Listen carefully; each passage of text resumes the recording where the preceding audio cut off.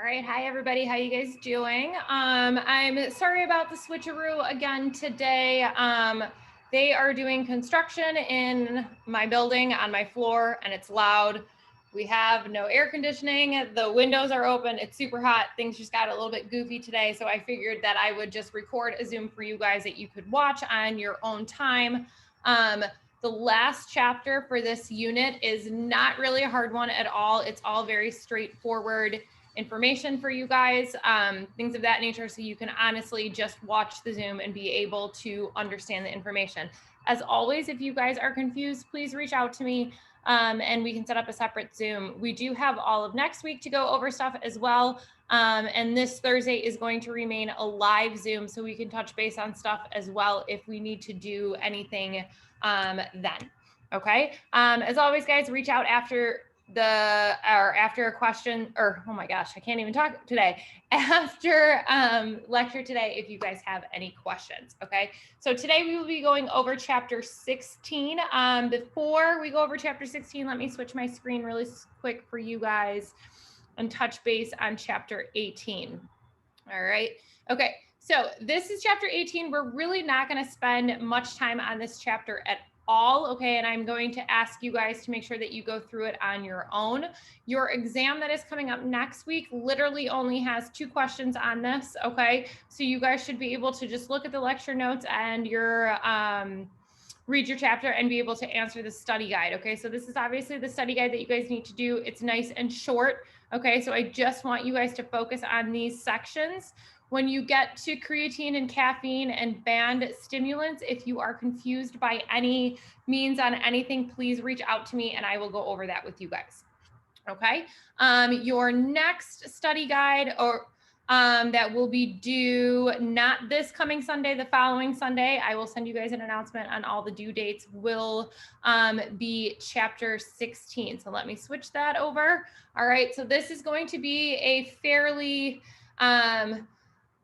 larger chapter that's going to be in your exam, but like I said, it's very straightforward information. So I will go over all of this with you guys now in lecture and reach out if you have questions. All right, so let me get the lecture slides and then we will get started. Okay, so chapter 16 is dealing with chronic health conditions and physical and functional limitations. Okay, so there are a lot of things that go on in our everyday lives. Adults, children, they're going to train differently. Individuals that have certain chronic conditions are going to have to train differently, whether it's coronary artery disease, things like diabetes, okay, other things such as arthritis, all those things are going to have implications to how we train functionally. So that's what we are going to go over now in this lecture.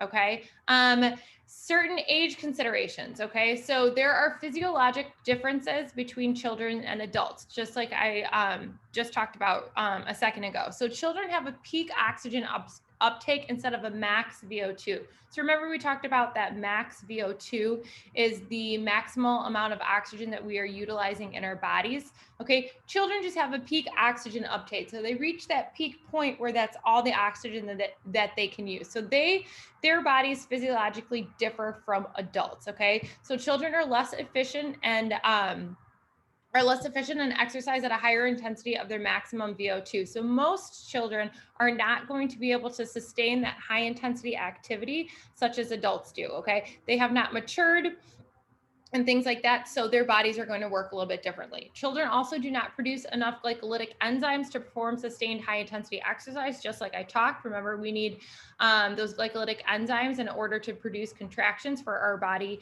to sustain exercise, okay? And then lastly, children are not as efficient at thermoregulation, okay? So thermoregulation is controlling our body temperature.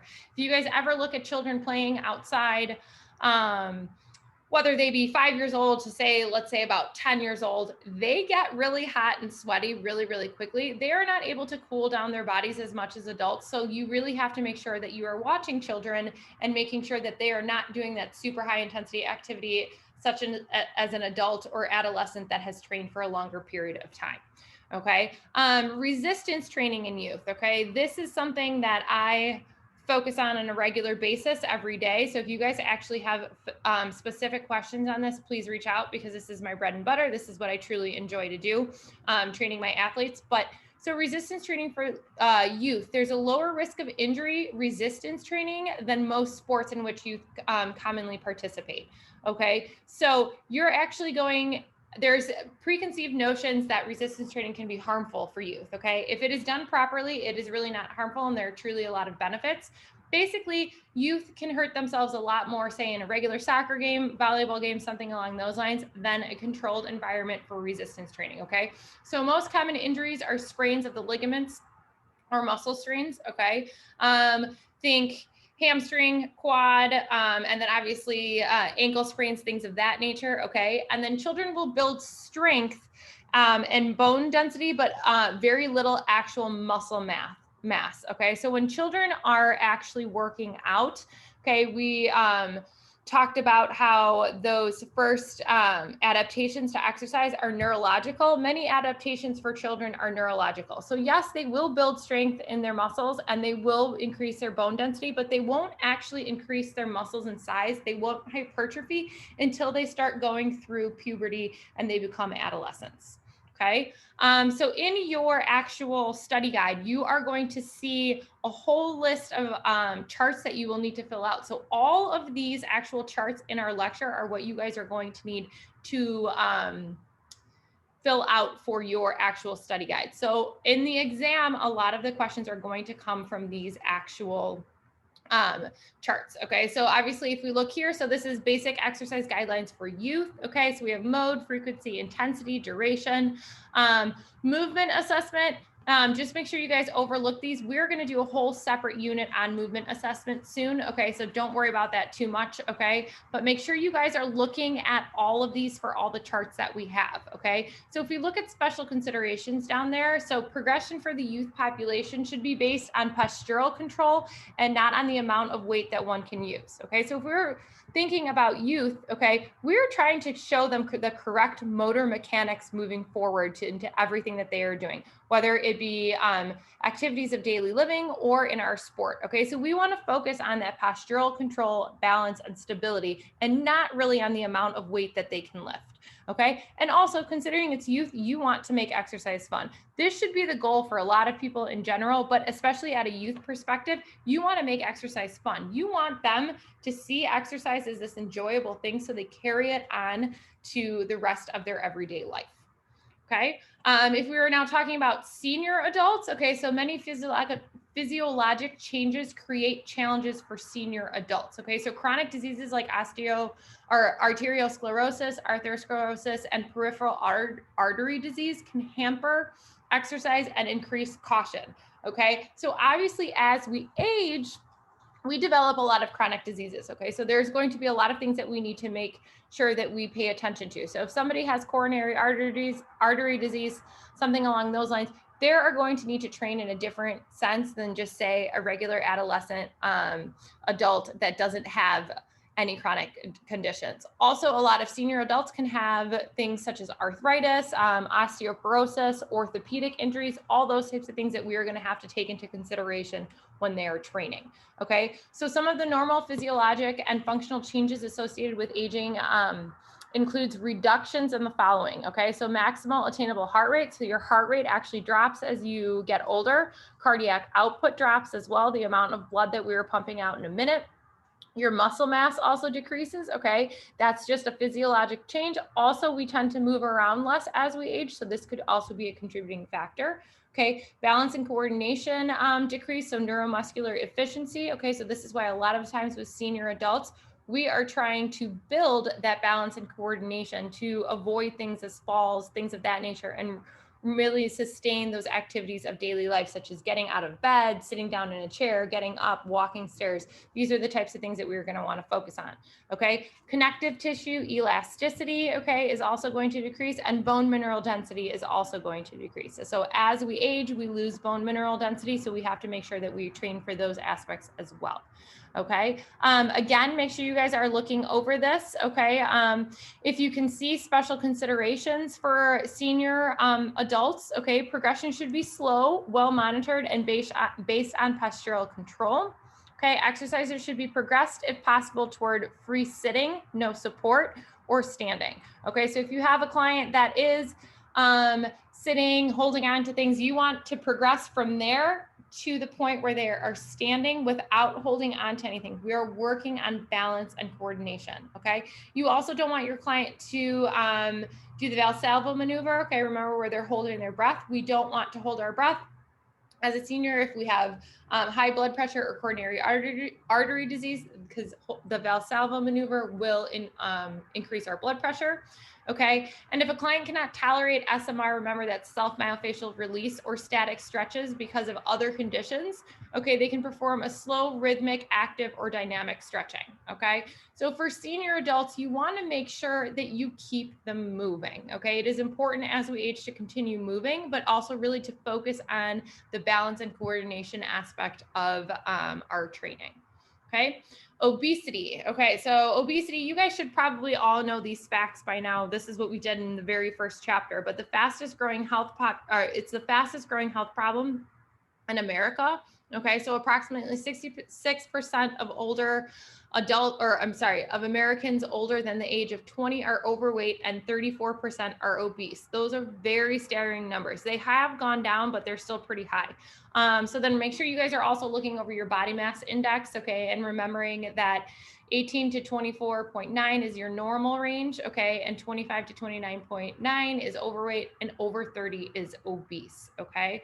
Obesity is complex in cause, okay? So as we age, we lose muscle and we gain fat as a natural effect of aging. So yes, as we age, we don't necessarily, not every individual is going to become obese, but it's much easier at a later stage in our life to become obese only because we stop moving around as much. We're going to lose muscle mass, okay? If we lose muscle mass, then in turn, we're going to be gaining fat mass, okay? So you need to think about all these aspects if you were to work with somebody that is obese.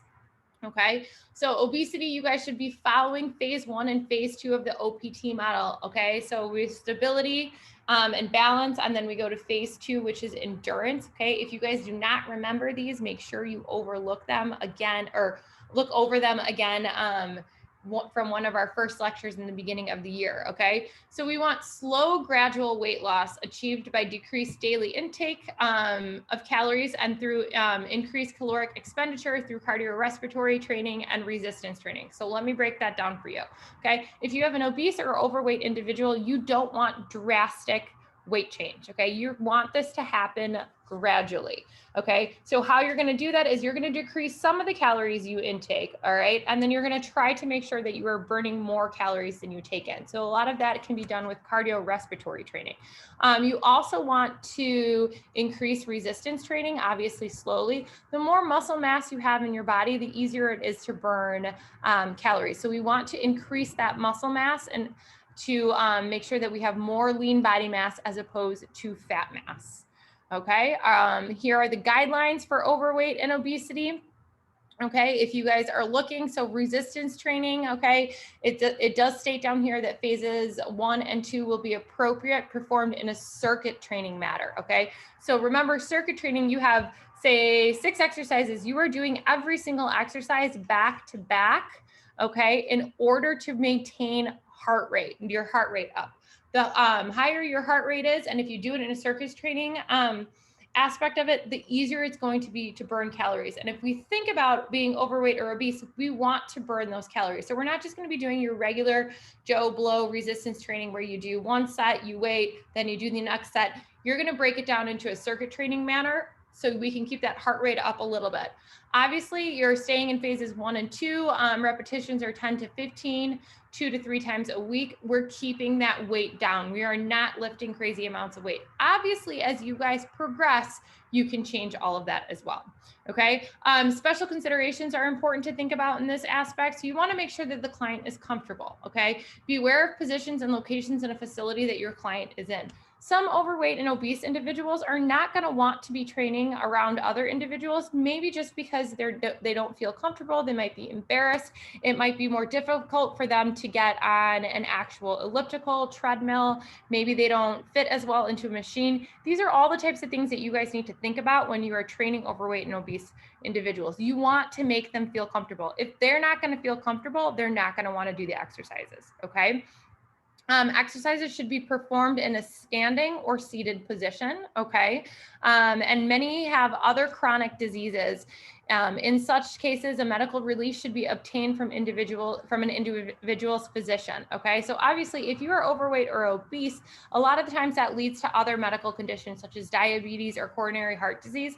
You guys need to remember, obviously, if anybody has any one of those diseases, they need medical clearance before they are going to be able to start a workout program. Okay, so all things to consider. All right, so we are moving to diabetes. Okay, so we have type 2 diabetes, or two types of diabetes, type 1 and type 2. We should all know about that already. And obviously it's the 7th leading cause of death in the United States. Children, a lot of children are born with type 1 diabetes. Remember, type 2 diabetes is the type that you may be sets in later on in life, okay? Exercise will improve type 2 diabetes, okay? Type 1 diabetes, you're still gonna need to make sure that you are going to be taking insulin and those things of that nature. But type 2 diabetes will help by decreasing the amount of insulin required and increasing insulin sensitivity, okay? So for someone with type 2 diabetes, yes, you are gonna want to put them on a workout regimen, okay? So we go to the guidelines here. Okay, you guys can look over mode, frequency, intensity, duration, all those types of things. Again, if we were looking at resistance training, we are still staying in those phases 1 and 2 of the OPT model. Higher repetitions, such as 20 may be used, trying to keep the repetitions high, the weight a little bit lower. Okay, so we're working more on endurance and burning calories. Okay, special considerations are important with a diabetic client. You want to make sure your client has appropriate footwear and have a client or physician check feet for blisters or abnormal wear patterns. Individuals that have diabetes tend to have a lot of issues with their feet, okay, and can have blisters and things of that nature. So you need to make sure that they are wearing proper footwork and someone has checked out their feet. Okay, also advise a client or class participant to keep a snack, which is a quick source of a carbohydrate, available during exercise to avoid sudden hypoglycemia. Hypoglycemia is a drop in blood sugar. Okay, so we have to remember diabetes, our blood sugar is fluctuating. So you want to avoid that drop in blood sugar. So someone who is diabetic should have a snack with them all the time. So like easily digestible carbohydrates, okay, something that will get into the bloodstream quickly and can be used. Foam rolling with special care and licensed physician's advice. Obviously, you have to get your physician's approval to do something like that. And also to avoid excessive plyometric training and high intensity training is not recommended for this type of client, okay? A lot of individuals with diabetes, if they're having problems with their feet, if they're having hypoglycemia, sustaining that high intensity exercise could lead to other issues, okay, and also dizziness, fainting, things of that nature. So you want to make sure that you are really watching your client if they are diabetic. Okay, hypertension, we all know hypertension. Okay, obviously hypertension is considered high blood pressure. Okay, you have your systolic that's over 140, diastolic that's over or above 90. I encourage you guys to look at the American Heart Association again, because they have changed their hypertension stages. For American Heart Association, I believe hypertension is already starting at anything above 130 over 80, okay? And they consider their low or regular blood pressure 115 over 75. There is a question on your exam about that, so make sure you guys are looking over the American Heart Association. But needless to say, we all know what hypertension is, high blood pressure, okay? Research has shown that exercise can have a modest impact on lowering elevated blood pressure by an average of 10 for both systolic and diastolic blood pressure, okay? So exercise, yes, is needed for someone with hypertension, but you have to do it the correct rate, okay? Resistance training should be performed in a seated or standing position, and obviously phases 1 and 2 of OPT model will be appropriate for this population, okay? So balance, stability, and obviously endurance training, okay? So obviously look over these, okay? Let's get down to resistance training. So we talked about phases 1 and 2 of the OPT model, okay? Tempo should not, this is very important. So tempo should not exceed 1 second for isometric and concentric portions. So if you're going down 4, on the way down, holding for 1, and then 1 second on the way up. The reason we don't want to exceed 1 second for isometric exercise drastically increases blood pressure. Okay, so someone who has hypertension already, we want to make sure that we are not increasing that blood pressure too much. So isometric exercise should be used with caution. There are studies out there that say a isometric exercise does help hypertension.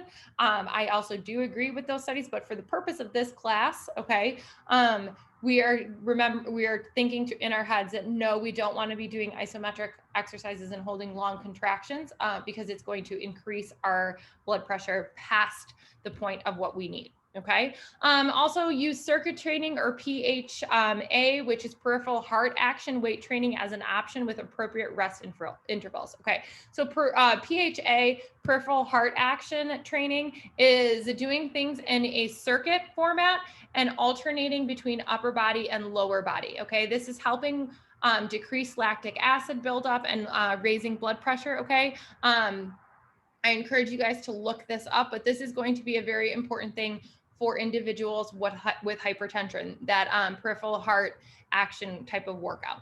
Okay. Other special considerations, avoid heavy lifting and Valsalva maneuvers. Okay. That in turn is going to raise blood pressure a lot. In heavy lifting, your blood pressure can raise up to 250. So think about an individual that already has high blood pressure. Okay. A lot of the times that's going to be take it past that point, which is very, very dangerous. And also individuals with high blood pressure, because they have high blood pressure, sometimes their bodies won't increase the blood pressure when your body actually needs it to increase.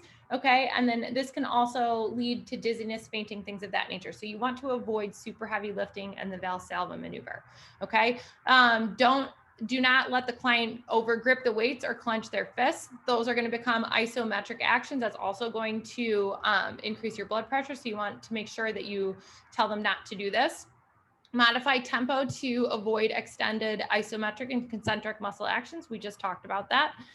Perform exercises in a standing or seated position, either is fine. Allow client to stand up slowly to avoid possible dizziness. Okay, so after they've been seated, instruct that client to stand up very, very slowly, okay, to avoid that venous pooling, meaning that blood is rushing from your head down to your feet, which would in turn cause dizziness and fainting. Okay, and then obviously progress the client slowly. Okay, individuals, excuse me, hold on a second. Individuals with hypertension can do a lot for training, but just like everyone else with special considerations, we have to start at point A and gradually get to point B or C and do it in a safe manner. Okay.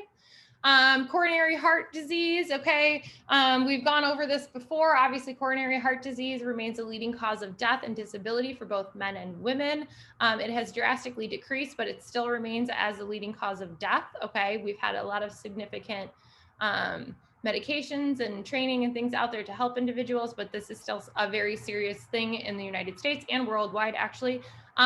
Resistance training should be performed in a seated or standing position, phases 1 and 2. You guys can see that phases 1 and 2 are kind of the theme here, okay? And obviously clients with stable coronary artery disease should know or be taught information on the importance and benefits of exercise. Exercise truly helps coronary heart disease. Okay, so obviously with medical clearance and having a good base of knowing what to do with coronary artery disease, this can really help an individual with this disease. Okay, look over mode, frequency, intensity. Okay, resistance training, we're staying at those 1 to 3 sets of 10 to 20 repetitions, 2 to 3 days a week. Okay, so repetitions can be higher, weight is lower, staying at that endurance phase. Okay.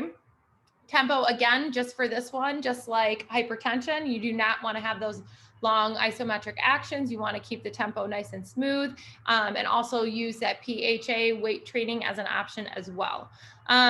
Special considerations, okay, states that be aware that clients may have other diseases to consider as well, such as diabetes, hypertension, peripheral vascular disease, or obesity. Okay, so individuals with coronary heart disease tend to have other comorbidities as well. Okay, so if this is the case, you need to make sure that they are having clearance from a doctor before they start a program. Okay, modify tempo to avoid extended isometric concentric muscle actions. We just talked about that. Avoid heavy lifting, Valsalva maneuvers, same thing as an individual with hypertension. Don't let your clients overgrip the weights, just like we talked about again. And obviously progress exercise slowly. Okay, so you guys can see this is somewhat similar to hypertension, but just make sure you guys are definitely paying attention to all of the things on here with the resistance training and special considerations. Okay, moving along, so we have osteoporosis. Okay, I don't know if you guys know what osteoporosis is, but it includes, it talks about bone mineral density. So osteopenia is a condition in which bone mineral density is lower than normal, okay? Once we get to osteoporosis, it's a condition where your bone mineral density has actually already significantly reduced. And this could lead to things as fractures, broken bones, all that type of stuff. Research has shown that the risk of hip fractures doubles every 5 years in postmenopausal women older than the age of 50, okay? So as we age, especially for postmenopausal women, because of hormone changes, a lot of them are prone to osteoporosis. And you can see that hip fractures double every 5 years. That's staggering, okay? So as we age after for women after the age of 50, our risk of hip fractures goes up twofold every 5 years, okay?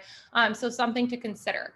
All right, resistance training should be performed in a seated or standing position, just like all the other ones in phases 1 and 2 of the OPT model. Flexibility should be limited to static and active stretching, and the use of self-myofascial release may be contraindicated for this population, okay? If you have hip fractures, decreased bone mineral densities, foam rolling, it can sometimes be an issue and cause more pain. So this is something that your physician should definitely tell you if you can do or if you cannot do. Flexibility is limited to static and active stretching. You don't want them to go through those dynamic movements. Sometimes range of motion is affected with osteoporosis, things of that nature. So you need to make sure it's in a controlled movement. And then obviously focus on load-bearing exercise, but obviously use caution. The reason we want to do load-bearing exercise is an individual with osteoporosis is losing bone mineral density. Load-bearing exercise, if you guys remember from earlier in the year that we were talking about, helps grow more bone, okay? So this can be load-bearing exercises such as walking, running. Obviously, running for someone with osteoporosis is probably a little bit too much, and things like resistance training that pulls on your bone to start or to help grow more bone. So these are going to be very important for someone with osteoporosis, but you have to use caution. So if someone has osteoporosis, jumping activities are probably a big no. That's just too much force for someone. If someone is very, very, if their bone mineral density is very, very low, this might not even help them. And this could in turn lead to more fractures. So you have to use caution when you're using load-bearing exercises. Okay, let's look down here. All right. So special considerations, progression should be slow, well monitored, and based on postural control. A lot of the times, if we have osteoporosis, our spine can start rounding forward. So we really want to work on posture, okay, to maintain our core, our balance, and our stability. We also want to make sure that we work on balance and stability and things like proprioception, because we don't want this individual to fall. An individual that has osteoporosis and falls is at a higher risk of fracture than an individual that does not have osteoporosis, okay?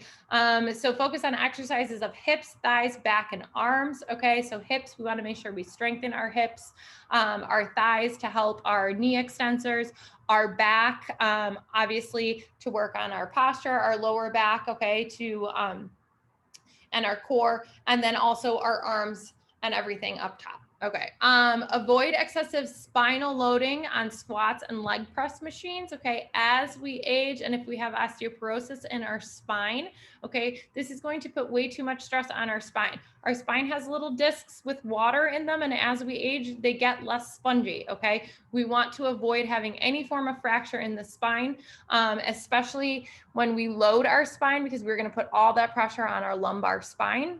Okay. And this is something that someone with osteoporosis should not be doing. Okay. Make sure the client is breathing in a normal manner and avoid holding breath in as a Valsalva maneuver. Same thing that we've talked about for all the other special considerations today. Okay. A couple more, guys. We're almost done. Arthritis. Okay, so arthritis is an inflammatory condition that mainly affects the joints of the body. Okay, so a lot of older individuals have arthritis. A lot of younger individuals are starting to have arthritis as well. Osteoarthritis is caused by the degeneration of the cartilage within the joints. Okay, so you have cartilage in your joints. Osteoarthritis is that the degeneration. Rheumatoid arthritis is a little bit different, and it's a degenerative joint disease where your body's immune system actually mistakenly starts to attack your own tissue. So they're both degenerative diseases, but they're both a little bit different. Okay. Clients with osteoarthritis have a decrease in strength and proprioception and a loss of knee extensor strength in some cases, okay? Symptoms of arthritis such as joint pain and stiffness are heightened through inactivity as a result of muscle atrophy and the lack of tissue flexibility, okay? This is a big one right here. So if an individual has arthritis and they're in pain, a lot of the times they're not going to want to move around, okay? And they're going to decrease their activity. In turn, what this is doing is atrophying the muscle because we are not using it, okay? And then also we are losing that flexibility in our muscle tissue. So it is imperative for an individual with arthritis to exercise and move around to keep those joints, that joint range of motion as healthy as possible, and also to try to keep that muscle mass up as much as possible, okay? Both of those things are going to help an individual with arthritis, okay? Functional capacity and balance can be increased by progressing exercises so that they are performed in a seated position without support, okay, to a standing position, okay? So most of the time you will start exercises in a seating position, and then that person can progress to a standing position without holding on to support, okay? Again, look these over. Okay, special considerations that we need to consider for an individual with arthritis. Avoid heavy lifting and high repetitions. Okay, so we are going to go down on our repetitions. Okay, so a lot of the other ones were 10 to 20. Now it's only 10 to 15, lower weight. Okay, we want to make sure we're keeping that joint healthy. We don't want to tax it out too much.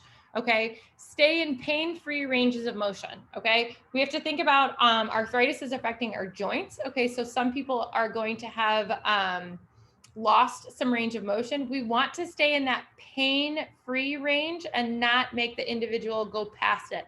As we continue having that individual work out, their range of motion should improve, but we just don't want to take them past that point until they are able to. Okay, use foam rolling if it is tolerated by a client, obviously. Okay, if they are not in pain using it. And there may be a need to start with only about 5 minutes of exercise and progressively increase depending on the severity of conditions. So obviously some arthritis can be very, very debilitating, okay? Especially if you have it in your fingers, joints can become deformed, okay? So if someone is in that condition and they have just started working out, you're gonna have to keep the time down, okay? It's okay to start with a tiny bit of exercise and work your way up. This is obviously going to be individualized to the client. So just make sure that you guys make that call on that. Okay, all right, cancer, all right, cancer. And this is not specific to one specific kind of cancer. We're just generalizing this. Cancer is the second leading cause of death in the US after cardiovascular disease, with more than 500,000 deaths annually, okay? Exercise is an important intervention for clients recovering from cancer, okay? So clients that are recovering from cancer after chemo, radiation, whatever it may be, a lot of their doctors are going to push them into an exercise routine because it's going, it will help improve exercise tolerance. It will reduce the cellular risks associated with cancer, okay? Chemotherapy, things of that nature. The medicine kills all the good cells in your body. So in turn, you want to do something good for your body to start building those cells back up, okay? And it's also going to improve your quality of life, both physically, but also mentally, okay? Cancer is a very taxing disease for many individuals, and it can have a physical and a mental effect on someone. And many times that working out will not only help the individual physically, but it will also help them mentally and give them something positive to look forward to help fight their disease. Okay, as always, make sure you guys are looking through all of these special considerations to look for. Avoid heavy lifting in initial stages of training. Okay, the individual might be weak. Okay, so you're going to have to start low and then increase higher. Allow for adequate rest intervals and progress the client slowly. Use foam rolling if tolerated by the client. Obviously, avoid foam rolling for clients undergoing chemotherapy or radiation treatments. Okay, you don't want to be doing that then. Okay, and there may also be a need to start with only 5 minutes of exercise and progressively increase. Okay, due to the severity of condition and fatigue. Okay, you have to understand that an individual going through cancer, okay, they are fighting a grave disease within them. Chemotherapy, even though it is killing the cancer, is also wreaking havoc on their system as well. So a lot of clients with cancer will be extremely fatigued, so they have to start very, very slowly. Okay, doesn't mean that they can't get to a higher point. It's just a gradual process. Okay, pregnancy. Okay, so substantial research has documented the beneficial effects of exercise during pregnancy on the physiology of health of both the mother and the developing fetus. Okay, the gradual growth of the fetus can alter the posture of pregnant women, making flexibility and core training very important, particularly core stabilization exercises to improve strength of the pelvic floor musculature. Okay, care should be taken in postpartum fitness. This has become a very hot topic in the personal training world, and there's a lot of certifications that if you guys are ever go this route and you're interested in to help individuals with pregnancy. Okay. Basic guidelines for pregnancy. All right. If we're looking at resistance training, it says 2 to 3 days a week using light loads of 12 to 15 repetition, phases 1 to 2 of the OPT model. The one thing that I will say with this, there are a lot of considerations that you have to look at for a pregnant individual. You can see, I'm sure you guys see on social media, all this kind of stuff on TV. There are a lot of pregnant women that were working out heavy lifting before they were pregnant, doing power exercises, things of that nature, and they continue to do that throughout their pregnancy. Obviously, they have gotten approval from their doctor, but also because they were doing this before pregnancy, a lot of the times certain individuals are able to maintain this through pregnancy. But again, it's dependent on the individual as well. Rule of thumb is if you are not really working out before pregnancy, what you are going to be able to do during pregnancy is going to be a lot less than someone who has been working out before. So it is very individualized on the person themselves and what they did and did not do before they were pregnant. Okay, special considerations. These go for anybody, whether you've been working out before or not before pregnancy, to avoid exercises in the prone position on your stomach or supine on your back position after 12 weeks of pregnancy. Okay, so this would be in your second trimester. This can increase blood pressure for you as well as the baby, so you want to avoid these. Okay, avoid foam rolling on varicose veins and areas of swelling. A lot of women that are pregnant can get varicose veins where your veins swell and a lot of areas of your body can swell. Rolling over those areas can cause more issues and more pain. So you want to avoid those areas in foam rolling if you are pregnant. And obviously plyometric exercise is not advised in the second and third trimesters because plyometric exercise really increases your blood pressure, heart rate, things of that nature. Again, I have seen some women doing this, but this is definitely something where they would have to get approval from a doctor. Okay, I believe this is one. Oh no, we have 2 more. Okay, but 4 slides, guys. So chronic lung disease. In restrictive lung disease or disorders, lung tissue may be fibrotic and thus dysfunctional. Fibrotic means it's starting to die, okay? In chronic obstructive lung disease, the lung tissue may be normal, but airflow is what's actually restrictive. So if you guys have ever heard of COPD, that's a big chronic obstructive lung disease. Clients with lung disease are often short of breath, dyspnea, and fatigue at low levels of exercises. So dyspnea is like a sudden loss of breath, or it creates, it's much harder for the individual to breathe. Okay, exercise can improve functional capacity and decrease the symptoms of dyspnea. So yes, you can do this. You just have to make sure that you are doing it in the correct manner. And in some clients, inspiratory muscles training can specifically improve the work associated with breathing. Okay, so some guidelines to follow here. Okay, resistance training, 1 set of 8 to 15 repetitions. So you can see the repetitions kind of went down a little bit, 2 to 3 days a week. Phase 1 of the OPT model is advised. So we are just on phase 1. We are not even up to phase 2, which is endurance training. Okay, so you want to keep that intensity level low. If you guys are looking at intensity here, it's only 40 to 60% of your work capacity. Okay, so that is a very low level intensity there. Okay, the PHA training system is also recommended, just like we had in hypertension and coronary heart disease. Special considerations: upper body exercises cause increased dyspnea and must be monitored. Okay, if you guys are doing upper body resistance training exercises, your breathing rate and your blood pressure drastically increase more than you would be doing lower body exercises. Okay, so this is something to watch in something with watch in an individual with lung disease, and also allow for sufficient rest between exercises to allow the individual to regain their normal breathing rate. Okay, last disease that we were going over, vascular issues. So intermittent claudication is the name for the manifestation of the symptoms caused by peripheral artery disease. Okay, so peripheral artery disease is characterized by the narrowing of major blood arteries that are responsible for supplying blood to lower extremities. Okay, so whether our arteries are hardening, okay, or we are developing little plaque buildup within our arteries. Okay, so exercise in an intermittent format with rest as necessary between exercise bouts is recommended for this. Physician clearance for exercise is necessary for a client with peripheral artery disease. So if anyone with any of these issues comes to you, they must have clearance from the doctor first. Okay, and then exercise programming should follow the OPT model methodology.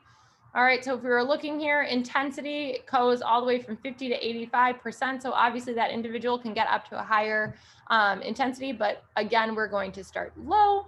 Okay, resistance training, 1 to 3 sets of 8 to 12 repetitions, 2 to 3 times a day, and you can slowly increase up to 12 to 20 reps. Okay, phase 1 of the OPT model is advised. All right, so we are not getting up to phase 2, 3, 4, or 5. And then special considerations are allow for sufficient rest between exercises. Okay, workout may start with just 5 to 10 minutes of activity, like a lot of our other issues here as well. Start slow, progress, and literally just what I said, slowly progress the client. Okay. All right, so what you guys are going to need to do for your homework, you guys make sure you are looking over chapter 16 in your book. You guys should always be reading the chapter regardless of lecture, okay? It's good to go through the information that the book is giving you. Your actual study guide is going to focus a lot on these charts. Okay, so when you go to do your study guides, make sure you guys are looking at these charts. It's going to give you the answers. This study guide is due, hold on, I'm looking at my calendar. This study guide is due Sunday, November 22nd by end of day. Okay, so remember that the date is up in Blackboard if you guys have any confusion. Chapters 17 and 18 study guide are due this coming Sunday, the 15th, end of day. Okay, so make sure you guys are going through that. Let's make sure we are handing these things in on time so we are not losing points on it. Some of us are still having an issue getting things in on time and we're just losing unnecessary points that you guys really need for your grade. Your exam for this class will be next Thursday. It'll open up. So that is the 19th. Okay. So we still have a week and a half before we have that third exam. Thursday, we'll be live Zooming. We're going to be going over our aerobic training workouts as well as starting to go over flexibility. Okay. If anybody has any questions on any of these things, please reach out to me. I'm happy to go over them separately with you guys. Other than that, have a nice day and I will see you guys all virtually on Tuesday.